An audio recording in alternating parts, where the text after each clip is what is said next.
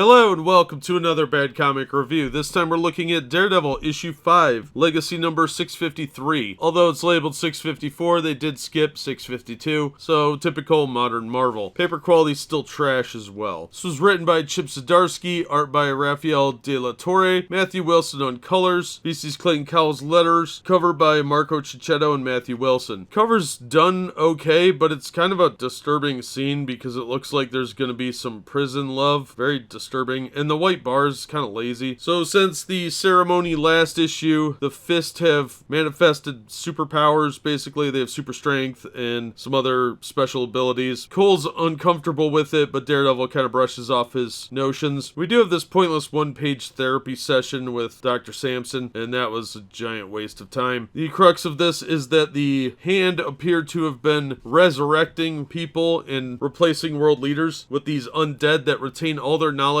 but their souls are damned to hell or whatever. And it appears that Akka is doing this and Frank Castle may not know about it. Now, while Elektra wants to go do something about that, Matt tells her that he needs her on a mission, and they go to the Myrmidon, which is a supervillain prison, and they decide to break a bunch of people out as recruits for the Fist. US agent and a bunch of soldiers try and stop him, and of course Daredevil calls them fascists because any authority figure in a comic book these days is pretty much just considered a fascist. And we have to have some anti-prison screed for some reason. And there's a knockdown drag out where US agent of course gets his butt handed to him because he's a fascist, right? And Daredevil steals his shield because apparently breaking people out of prison isn't enough. He's got to steal from them too. But Daredevil does run into Goldman there, and Goldman is trying to get him to take him with him. It's fated. There is a lot of mentions of Daredevil doing this for some higher power, and we get a build up to a possible intervention by some other superheroes. But this really made Daredevil look like a villain, and the whole thing with calling prison guards authoritarian fascists was a bit over the top. I don't know, this one just didn't sit right with me. It wasn't really a superhero book. This was more of a super villain book, and I was kind of bored with it. So I think the storyline's losing me. I'll give it one more issue, but I'm probably going to drop this title if it continues to be this unheroic. They're breaking supervillains out? That's boring. And Stiltman? You broke Stiltman out of jail? What a waste of time. So the art was okay. The cover image looks a little too much like I felt when I paid the $4 for this. But yeah, I didn't much care for the story. It's kind of slow going, and it really needs to get somewhere a little faster. And calling John Walker a fascist was pointless and stupid. But of course, that's the modern politique of comics, is you gotta call everybody in authority a fascist, and you gotta crap on the concept of prisons, because I guess they're okay with rapists and murderers running around. So I'm not gonna recommend this. I was bored. If you're enjoying the storyline, get it out of a discount bin. The paper quality's garbage, and it's really short. It's just not worth $4. That'll do it for this one. Thank you so much for listening and supporting the channel. If you enjoyed the video, please hit the like button and don't forget to subscribe so you don't miss future reviews. If you'd like to help the channel out in other ways, links are in the description to various support methods. And as always, we hope to see you on the next one.